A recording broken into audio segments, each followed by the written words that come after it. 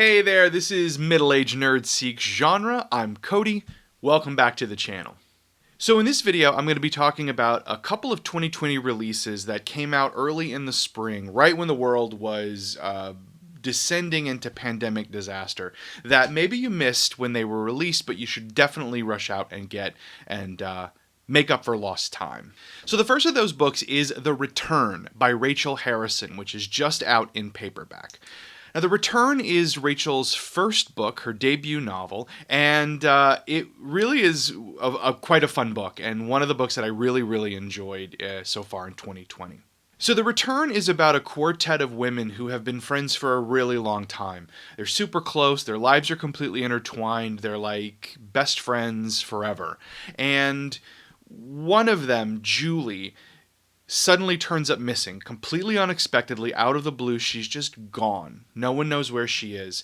And this disappearance throws the friend group into considerable turmoil.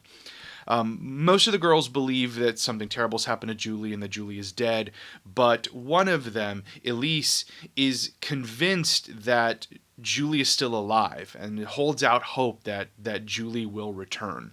Well, this disappearance goes on for 2 years, and, Elise is the only one kind of hanging on to hope. And 2 years to the day of her disappearance, all of a sudden, Julie suddenly returns. She's just there again. And she doesn't remember where she was. She doesn't really know what happened to her. She's just back. So to celebrate Julie's return, the friends decide to take a trip together. All four of them are gonna go and hang out at a hotel. They're gonna reconnect and celebrate Julie's return and try to return to some kind of normalcy for themselves. But something is not quite right with Julie. She's Julie, but there are these odd things going on about her that are not quite right. Her appearance isn't quite right. She's behaving in a way that's sort of unusual and odd, and she's just not herself. And Elise begins to suspect that something is really wrong with Julie. Something happened to Julie during those 2 years when she was out, something that she doesn't remember, but something terrible has happened, and that maybe even it's not really Julie that's returned, but someone or something else. Harrison creates these very believable friends. One of the things I very much enjoyed about the book was the way that she wrote the interactions between the four of them. It's very authentic, very believable, and reminded me to some degree of like me hanging out with my closest theater friends. It's a great spooky read. It's dark, mysterious. You are pulled back and forth between no, they're just overreacting what's happening, or yeah, there's something really wrong with Julie, something really terrible is going on. And the last chunk of the book takes us to some really fun places, some great twists and surprises, and overall, The Return, really fun book. I am so looking forward to the next thing that Rachel Harrison creates and puts out into the world, and I'm looking forward to that a lot. Make sure that you grab The Return by Rachel Harrison. It's out now in paperback if you missed it when it was released in hardcover earlier in the year. Add it to your shelf. It's a fun read. So the other 2020 release that might have kind of flown under your radar because of the pandemic is Alma Katsu's The Deep. If you're unfamiliar with Alma's work, she's the author of The Hunger, which is a sort of supernatural reimagining of the Donner Party. And it's one of the best horror novels of the last couple years. I thoroughly enjoyed The Hunger. It's a lot of fun. It's spooky. It's supernatural. It's dark. She pays homage to a really dark moment in history in a really fun way. A lot of fun to read. The Deep is the follow-up to The Hunger, and is also a book that takes a supernatural horror approach to a historical moment. At the heart of The Deep is the sinking of the Titanic. The main character, Annie, is a survivor of the Titanic sinking.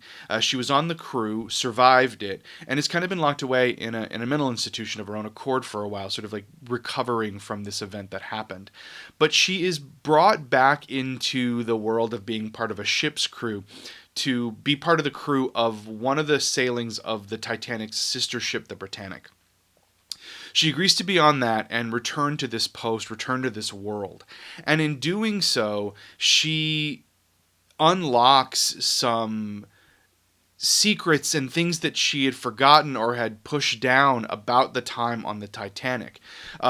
And what we learn through Annie's experience is that the sinking of the Titanic and the events of the Titanic had other things going on. There were some supernatural shenanigans happening on the Titanic as well. And those supernatural things may not have ended with the sinking of the Titanic.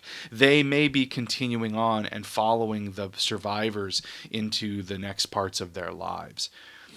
The Deep is a really, really fun book. I absolutely think if you are a Titanic lover, if like that's part of your jam, you need to read The Deep. The Deep accomplishes something that both The Hunger and this book does, and something I really appreciate about Alma's historical horror work. It roots you in the reality of the historical situation in a real way. You believe that the author knows what happened, and throws in these wonderful surprises that twist it in fun horror and supernatural ways. I thought The Deep was a really fun, kind of swoony, mysterious read. It becomes this nice combination of like a mystery, a thriller, and a horror novel all in one, which is a fun combination to be sure. I am a big fan of Alma Katsu and will follow her anywhere basically that she wants to take us, and I'm looking forward to her future releases as well. So if you want to keep reading some women in horror and want like a little shorter doses of things, a book I'd recommend is Hex Life, which is a collection of witch-focused short stories. It's edited by Christopher Golden and Rachel Autumn Deering and contains a whole slew of really amazing writers. Including Alma Katsu. She has a story in the collection. Kelly Armstrong is in it. Tananarive Due, Sarah Langan, Hilary Monahan, a whole slew of amazing female writers tackling the mythology and the stories of witches in this collection. If you like themed anthologies, Hex Life is a fantastic one to add to your collection. If you want to sort of dig in and find some speculative fiction female writers to add to your normal reading, this is a great place to start and sample some work so that you can go find some amazing female writers. And if you dig witch stories, if you read The Year of the Witching by Alexis Henderson, which I talked about in a previous video, this is a great companion book for that. And if you're going to be reading Bone Set and Feathers by Gwendolyn Keist, which comes out a little later this fall, also a witch story, you can take those three, plop them together into one neat little package and make like a little mini witch-focused readathon. Hex Life is a lot of fun. The stories are varied, they're diverse, they're interesting, they're fun, they're spooky, they're ooky, they're kooky, they're all the things you want. I like Hex Life. It's a great October read. Highly recommend. As always, thank you for hanging out with me here on the channel. If you like it, please subscribe, like the video, click the bell, leave a comment. I would love to hear if you've read any of these or are planning to, I'll hear what you think of them. Please reach out. I love to sort of connect with everybody out there who also loves genre fiction as much as I do. Until then, enjoy your reading, and I'll see you in the next video.